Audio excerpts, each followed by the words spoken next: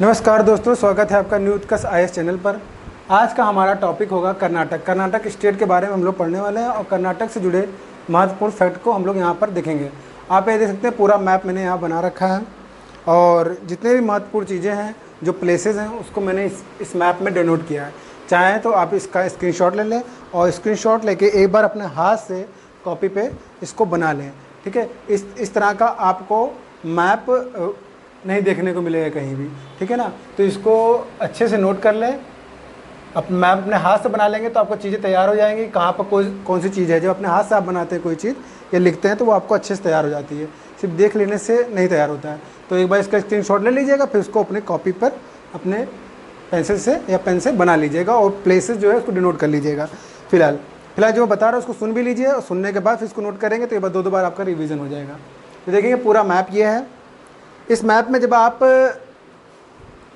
उत्तर पश्चिम की तरफ देखेंगे, ये वाला एरिया दोस्तों, तो ये पूरा एरिया जो डॉटर डॉटर, ये यहाँ पर गोवा आपको मिलेगा।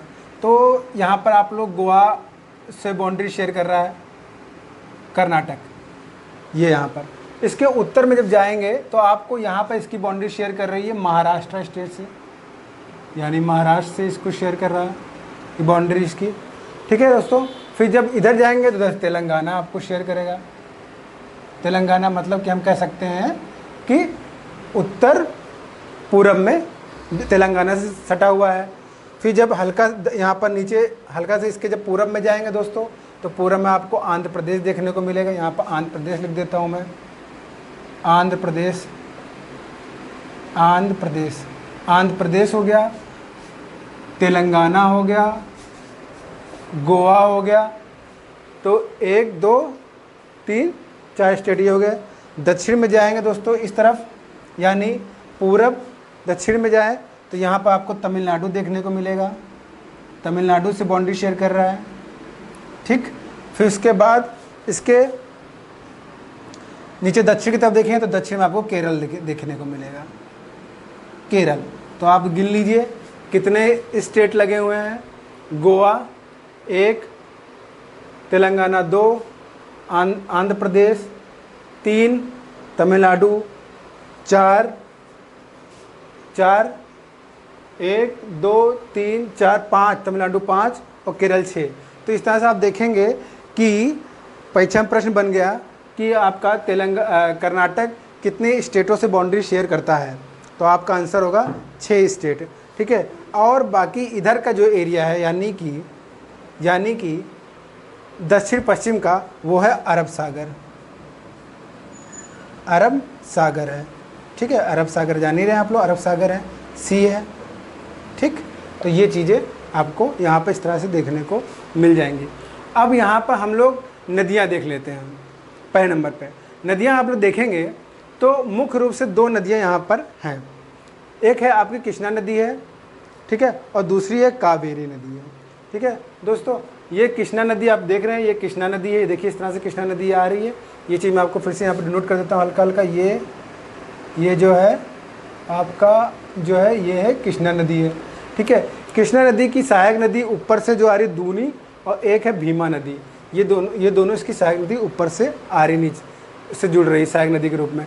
नीचे से देखेंगे तो देखिए पंचगंगा देखिए सबसे ऊपर।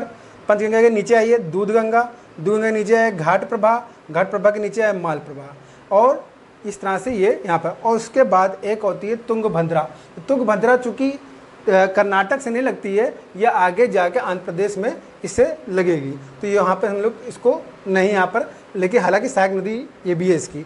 तुंगभद्रा जो नदी है वो भी कृष्णा की सहायक नदी, लेकिन कर्नाटक में नहीं लगती है, जाके आंध्र प्रदेश में लगेगी। तो यहाँ पर इसको हम लोग छोड़ देंगे यहाँ पर।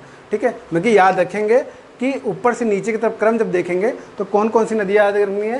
पंचगंगा, दूधगंगा, घाट प्रभा, मालप्रभा और तुंगभद्रा। ऊपर से भीमा नदी और दूनी नदी बाउंड्री मतलब नदी इसको लग रही, कृष्णा नदी से लग रही हैं।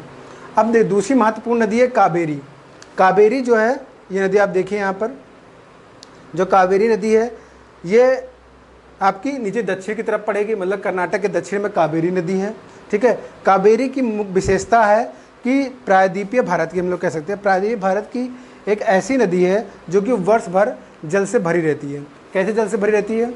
जो कि आपका जब कावेरी का जो दक्षिणी हिस्सा जब देखेंगे, कावेरी नदी का जो दक्षिणी भाग होगा, वो दक्षिण पश्चिम मानसून जब आता है, जानते हैं कि केरल से आता है, केरल से होते हुए फिर धीरे धीरे ऊपर की तरफ बढ़ता है। तो केरल से जब ऊपर की तरफ बढ़ेगा तो कावेरी का निचला हिस्सा जो नदी का होगा वो हमेशा भरा रहेगा। ठीक है, कुछ समय बाद ये नदी फिर क्या होगी, सूख जाएगी। मतलब सूख के जाएगी, पूर्ण से नहीं सूखेगी। जब तक ये सूखेगी तब तक क्या होगा, ठंडी के मौसम में जब आप जानते हैं, आप जब उत्तर पूर्व दिशा से जब मानसून लौटता है, यानी रिटर्निंग जब लेता है मानसून, तो बंगाल की खाड़ी से जब पानी उठाता है, हवा जो होगी वो नम हवा, वो आके जब बारिश करेगी तमिलनाडु में, तो कावेरी नदी चूँकि जा रही है, तमिलनाडु में भी जा रही है, तो तमिलनाडु में जो निचला हिस्सा जो होगा कावेरी नदी का, यहाँ पर नहीं, कर्नाटक में नहीं, क्योंकि हम नीचे ने क्या लिख रखा है, तमिलनाडु स्टेट है जो कि बाउंड्री शेयर कर रहा है। तो जब नीचे जाएगी ये नदी तो वहाँ पर पानी भर जाएगा, कब, ठंडी के मौसम में, शीत ऋतु में। ठीक है, लौटता हुआ मानसून जानते हैं कि तमिलनाडु में बारिश करता है, तो तमिलनाडु में चूँकि कावेरी नदी, तो वहाँ पर पानी भर देगा। तो इस प्रकार से कावेरी एक ऐसी नदी होगी प्रायद्वीपीय भारत में जो कि क्योंकि वर्ष भर जल से भरी रहेगी।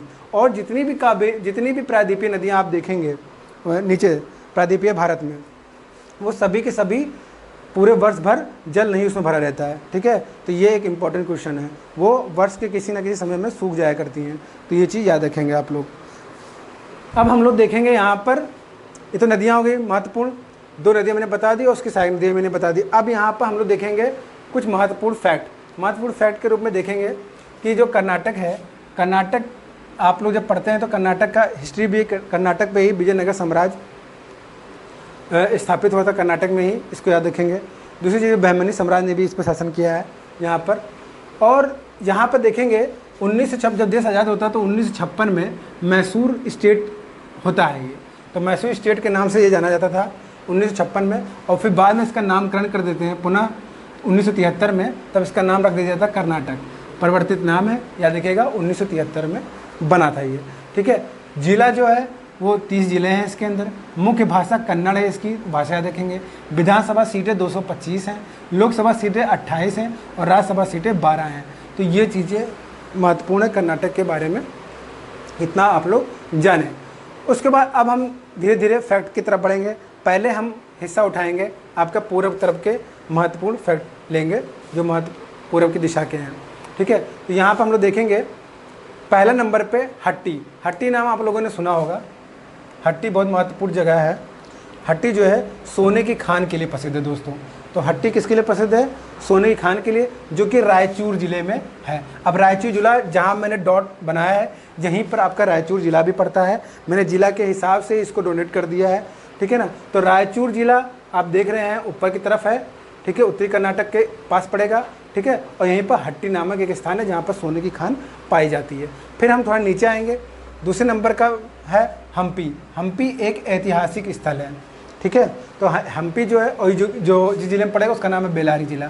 तो बेल्लारी ज़िला में हम्पी किस ज़िले में पड़ेगा कर्नाटक के? तो हम बेल्लारी ज़िले में है, जो कि एक ऐतिहासिक स्थल है, पर्यटक स्थल भी कह सकते हैं। यहाँ पर लोग घूमने भी जाते हैं।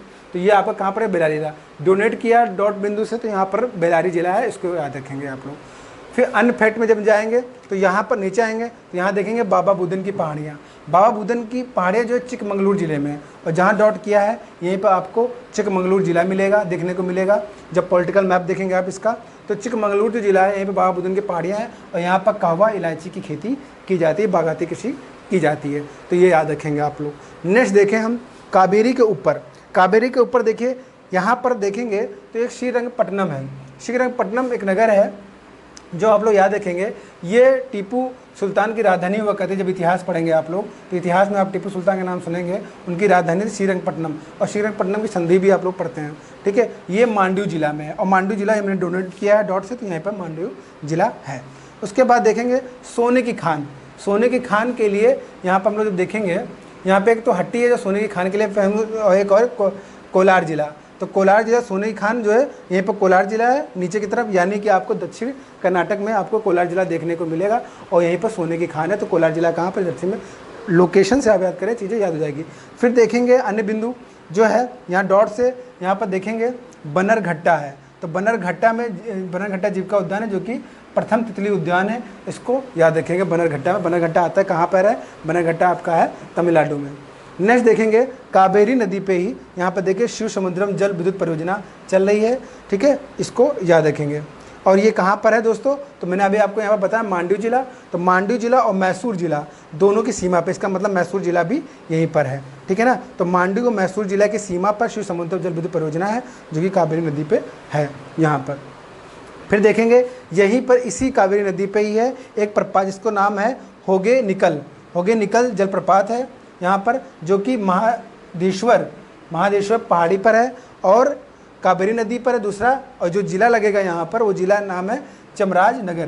तो चामराजनगर कहाँ पर है दोस्तों, दक्षिणी कर्नाटक में पड़ेगा। और वहीं दक्षिणी कर्नाटक में क्या होगे निकल प्रपात है जो कि कावेरी नदी पे आपको देखने को मिलेगा। तो ये महत्वपूर्ण फैक्ट हैं जो पूरब के हैं। फिर और नीचे धीरे धीरे हम लोग बढ़ेंगे। नागरहोल, आप लोग सुनते होंगे नागरहोल नेशनल पार्क, ये क्या है कोडागू जिले में है। तो नागरहोल नेशनल पार्क देखेंगे तो ये आपको पश्चिमी कर्नाटक में देखने को मिलेगा। केरल के तट सीमा यहाँ पर केरल जो एक बाउंड्री शेयर कर रहा है इसके साथ, कर्नाटक के साथ। तो नागरहोल नेशनल पार्क कहाँ है, कोडागू जिले में है, इसको याद रखेंगे।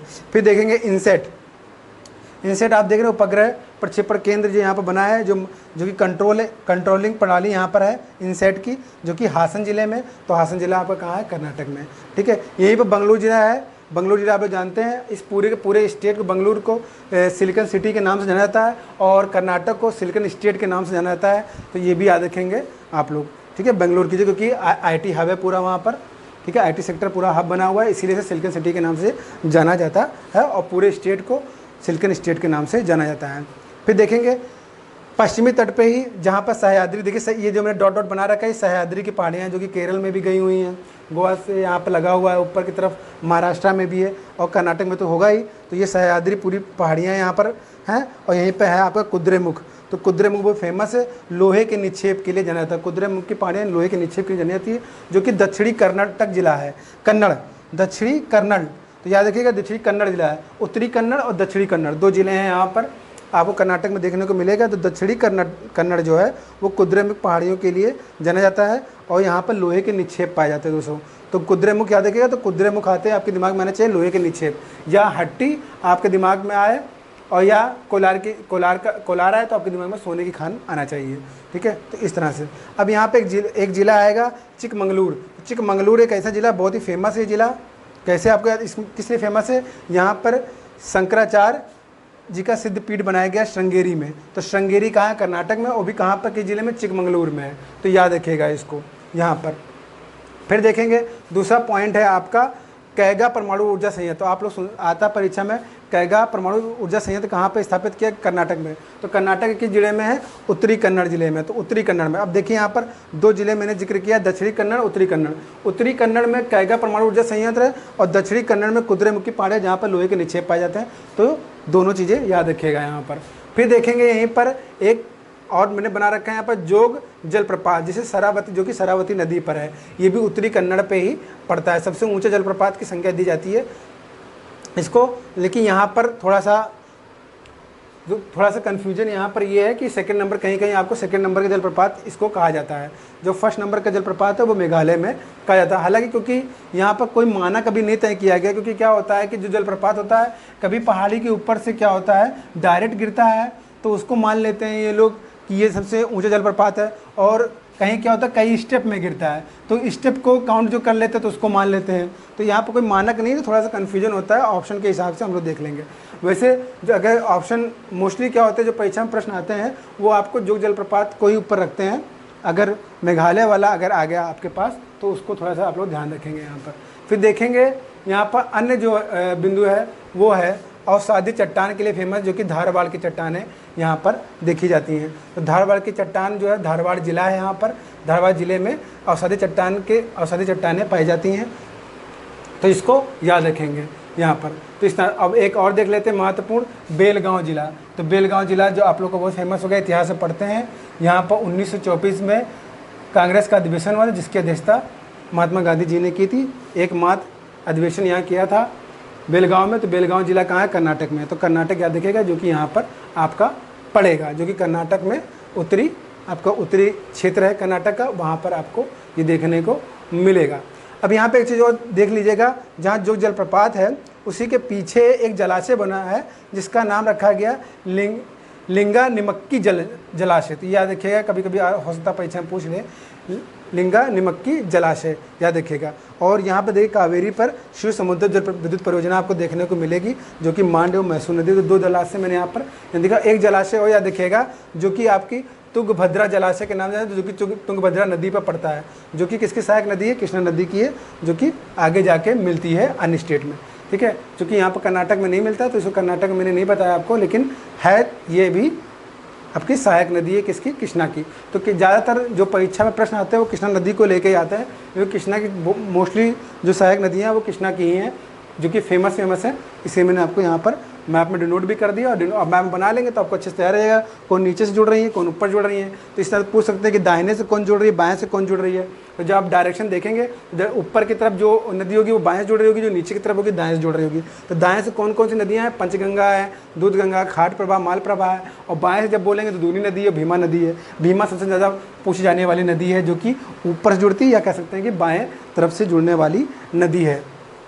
ठीक है, तो इस तरह से आपने देखा कि आपने सारी डायरेक्शन इसकी क्लियर कर ली है, जो इसकी सीमाएं हैं उसको कितने स्टेट लगते हैं ये आपने क्लियर कर लिया, कौन कौन सी नदियां हैं और कौन कौन सी फेमस स्थान है जो कि आप कर्नाटक में पड़ते हैं। तो इनको जो याद रखिएगा।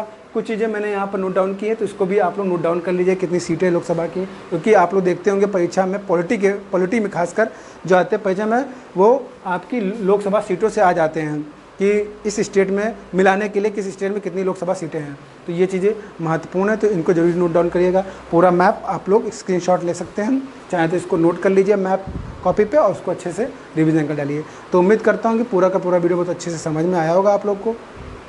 इसलिए इस वीडियो को अधिक से लाइक करें, शेयर करें, सब्सक्राइब करें। आज के लिए इतना ही, धन्यवाद।